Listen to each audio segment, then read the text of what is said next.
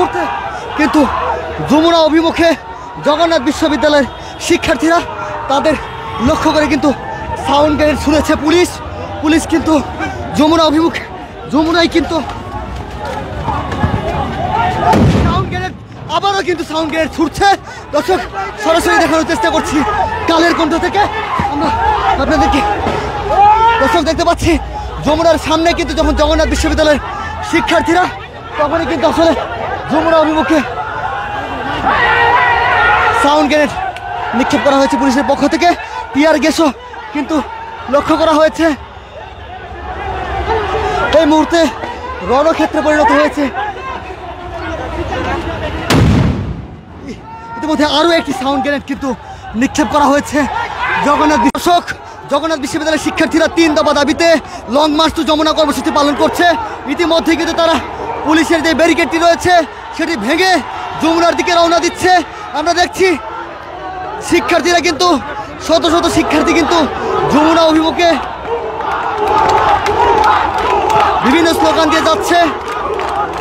পুলিশি বাধা অতিক্রম করে এই মাত্র 0 পয়েন্ট থেকে যমুনা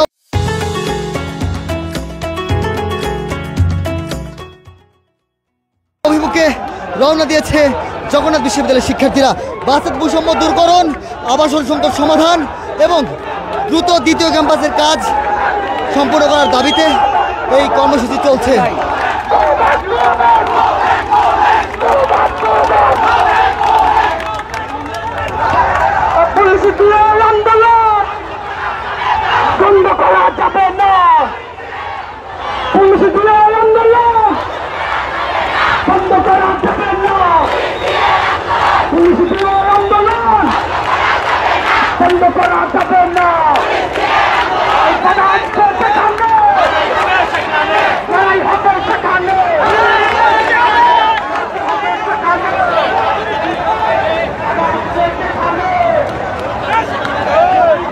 এই মুহূর্তে যুক্ত আছি কালের কণ্ঠ থেকে, আপনাদের দেখাচ্ছি সর্বশেষ পরিস্থিতি।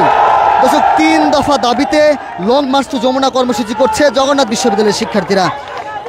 বাজেট বৈষম্য দূর করা, আবাসন সংকট সমাধান এবং নতুন ক্যাম্পাসের কাজ দ্রুত সম্পন্ন করার দাবিতে এই আন্দোলন চলছে।